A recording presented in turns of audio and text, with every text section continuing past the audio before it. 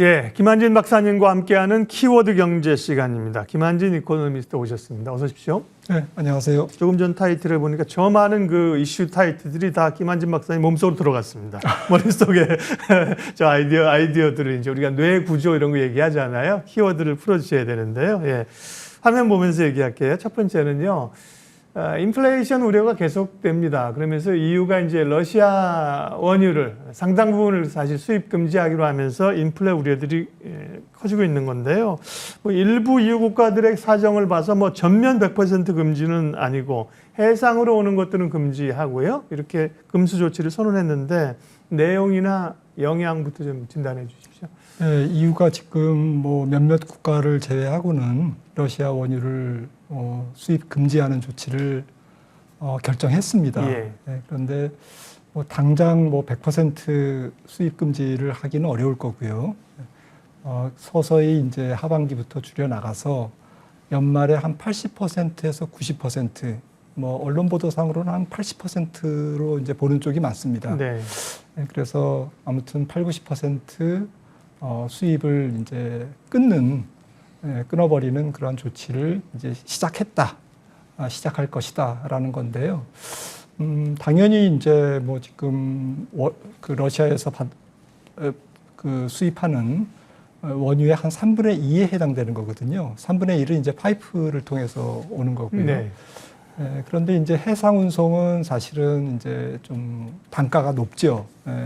여러 가지 뭐 실어 나르는데 돈도 들고 기름값도 들기 때문에 그래서 이 부분을 어떻게 이제 차질 없이 다른 지역 다른 수입원 쪽으로 다른 산유국 쪽으로 대체하느냐 이제 이게 관건인데 아이러니하게도 제일 지금 유로존이 대체를 많이 하는 데가 인도입니다.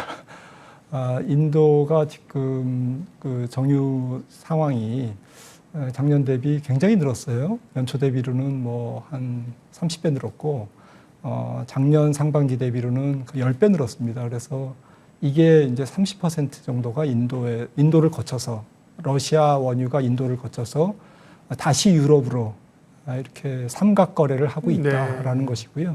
나머지는 이제 사우디라든지 뭐 이제 중동 국가에서 또 일부는 대서양을 건너서 미국에서 이제 수입을 이제 차질 없이 한다면 좀 단가는 높아지고 또 그게 인플레이션 압력으로 당연히 작용하겠지만 뭐 아주 좀 무시무시한 인플레이션 공포는 너무 지나치다 이렇게 진단할 수 있겠습니다. 네, 저희가 보통 자금이 그렇게 돌아갈 때는 자금 세탁이라 그러는데 원유 세탁이군요. 인도를 통해서 들어가고 인도가 그런 석유화학이나 이런 기업이 좋은 기업들이 있다면 그런 기업들이 수혜를 볼 수 있을 텐데 이제 인도는 그런 걸 또 누리고 있네요. EU의 그 러시아산 원유에 대한 수입 금지는 러시아를 압박하는 정치적 의도는 뭐 충분히 있고요. 그래야 하지만 투자자 입장에서는 유가가 이제 그러면 더 오를 수 있다. 인플레이션 문제를 어떻게 잡을 거냐.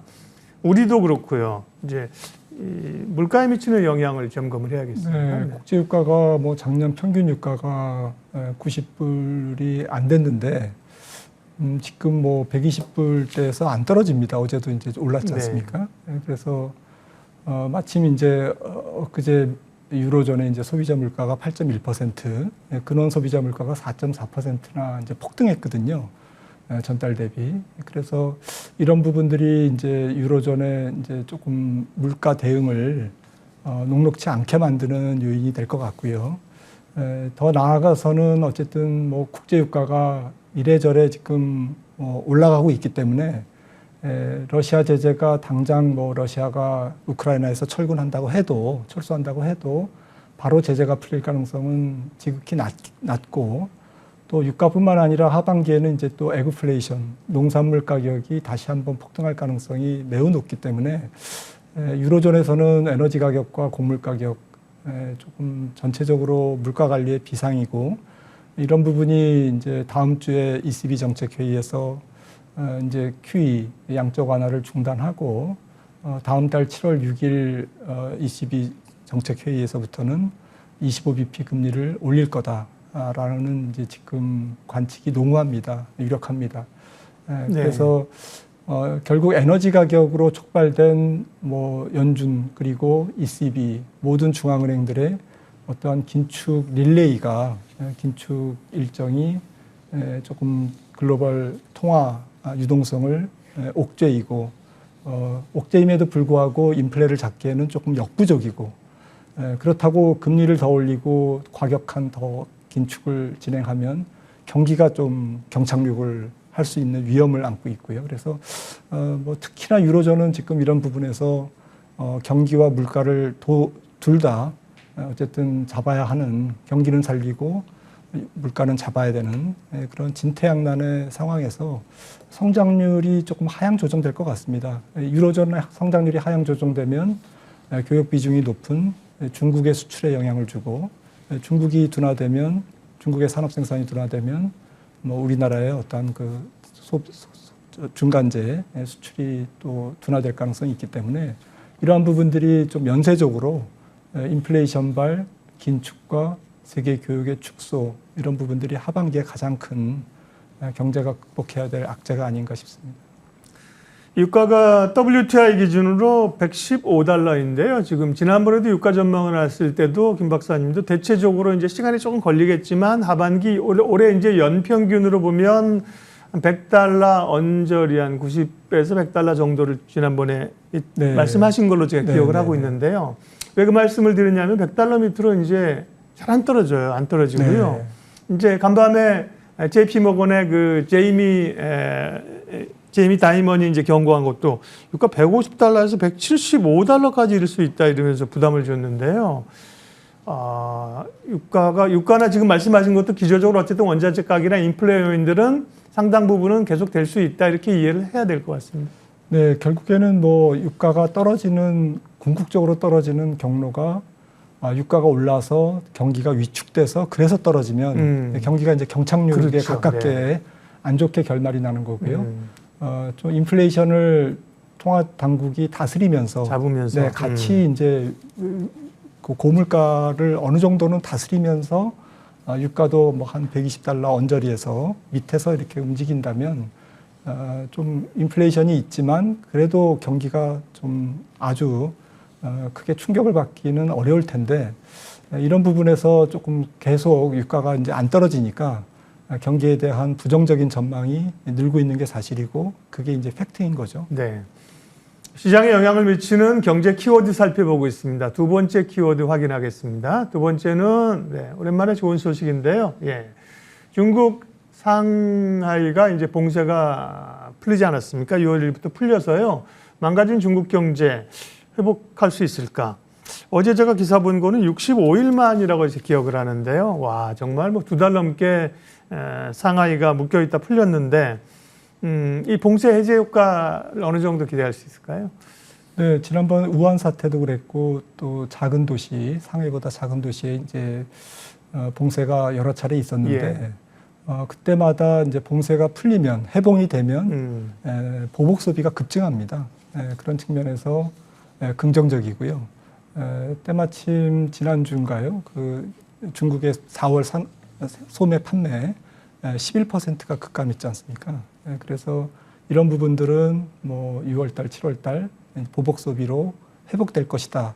그리고 생산도 4월달 중국의 산업 생산이 2.9% 감소했는데 전년 동월비 이 부분도 좀 그 공급의 차질이라든지 또 물류 차질 이런 부분들이 정상화된다면 조금 뭐 빠르게 올라올 수 있지 않을까 이렇게 생각이 됩니다. 하지만 뭐 이런 부분들은 긍정적이지만 문제는 중국의 이제 공장이 돌아가기 시작하면 이제 유가가 조금 더 상승 압박을 받을 거고요. 중국의 봉쇄 기간에 이제 중국의 봉쇄 때문에 유가가 조금 진정된 부분도 있었거든요.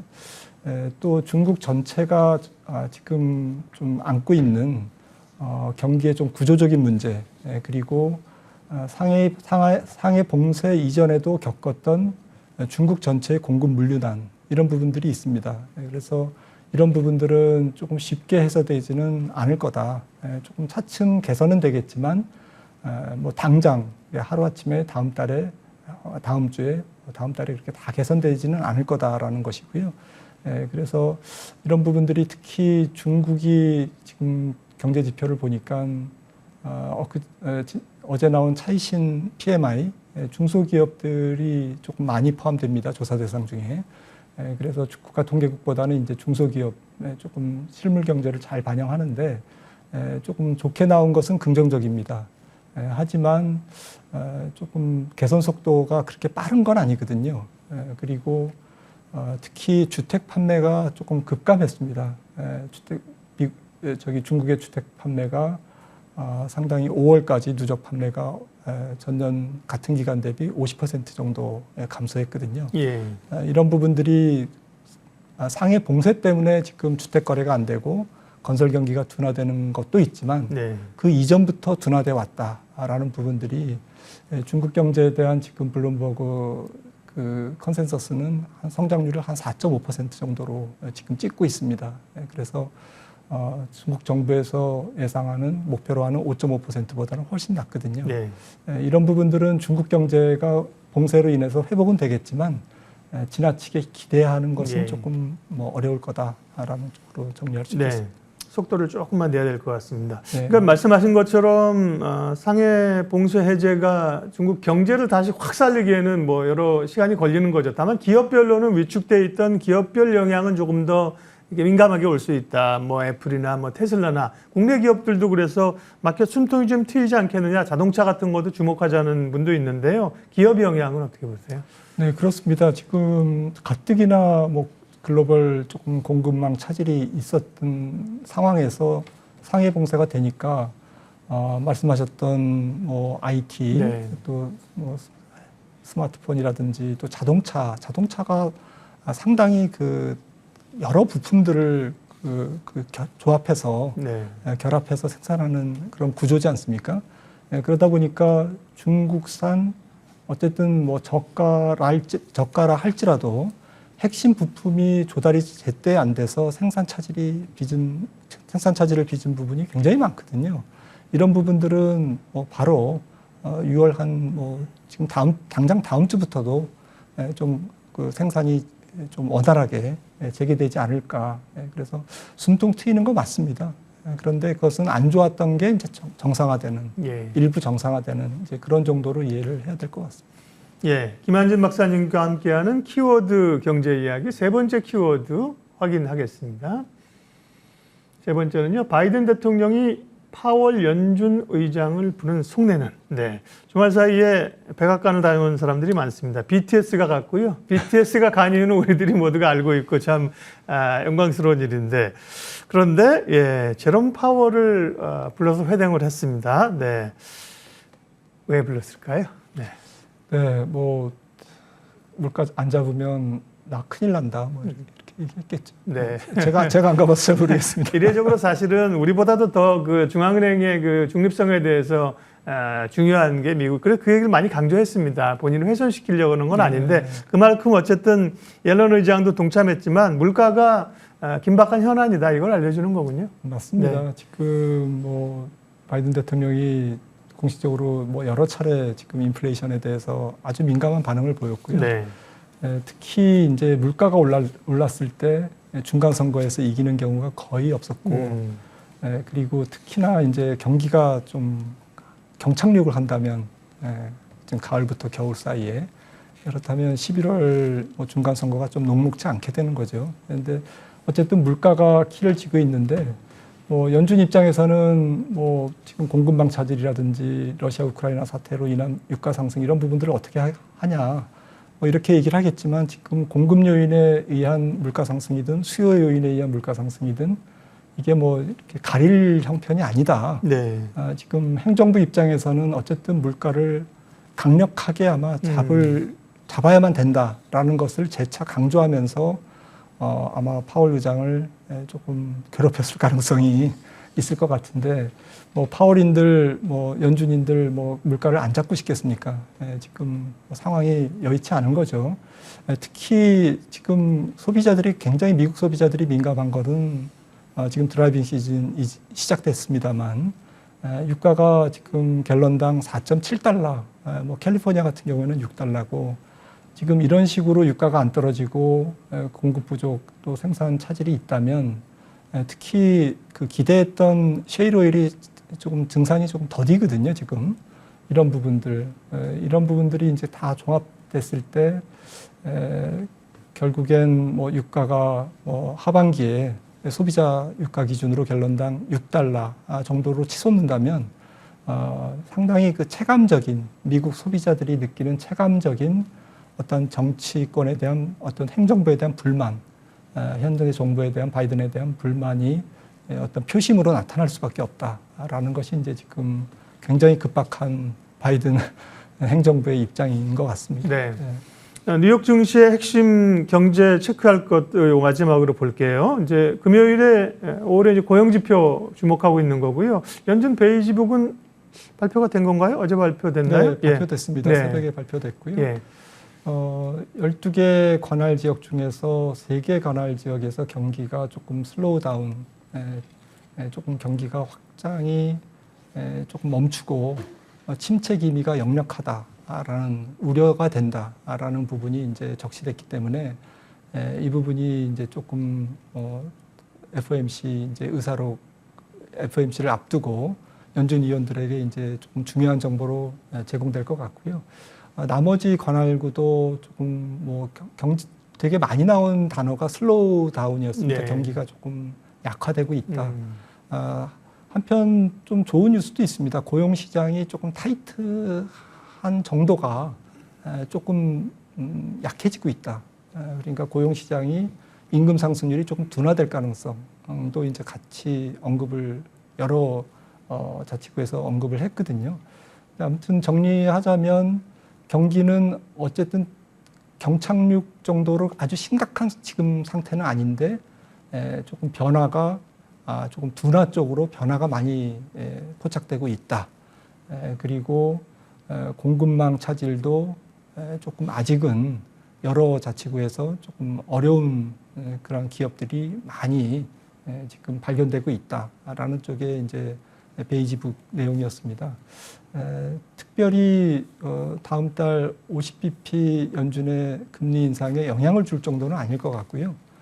그것보다는 내일 발표될 좀 고용 지표와 예. 또 다음 주에 발표될 미국 소비자 물가 지표 이 부분이 더 중요할 것 같습니다. 네. 매주 목요일 키워드로 보는 경제 이야기 오늘도 김한진 이코노미스트 함께했습니다. 고맙습니다, 박사님.